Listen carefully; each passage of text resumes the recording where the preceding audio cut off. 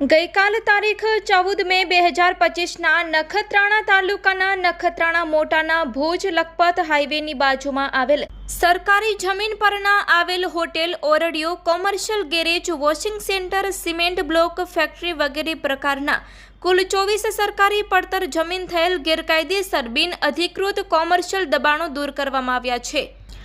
આ કામગીરી અંતર્ગત શ્રી બી.આર. શાહ મામલતદાર નખત્રાણા દ્વારા દબાણકારોને જમીન મકાન કાયદાની કલમ 202 હેઠળ દબાણ હટાવવા નોટિસ આપવામાં આવી હતી, જે ગેરકાયદેસર બિન અધિકૃત કોમર્શિયલ દબાણો ગઈકાલ તારીખ 14 મે 2025ના રોજ જિલ્લા કલેક્ટર સાહેબ શ્રીના માર્ગદર્શન હેઠળ પ્રાંત અધિકારી શ્રી નખત્રાણા શ્રી સૂરજ સુથાર, મામલતદાર શ્રી બી.આર. શાહ તથા સ્ટાફ તેમજ પોલીસ ઇન્સ્પેક્ટર શ્રી એ.એમ. મકવાણા તથા તેમની પોલીસ ટીમ, જીએસઆરડીસીના અધિકારી શ્રી નરેશ ભાનુશાલી, ચીફ ઓફિસર શ્રી ભાવિન કાંધાણી તથા સ્ટાફ તથા પીજીવીસીએલ સ્ટાફની હાજરીમાં દૂર કરવાની કાર્યવાહી કરવામાં આવી હતી।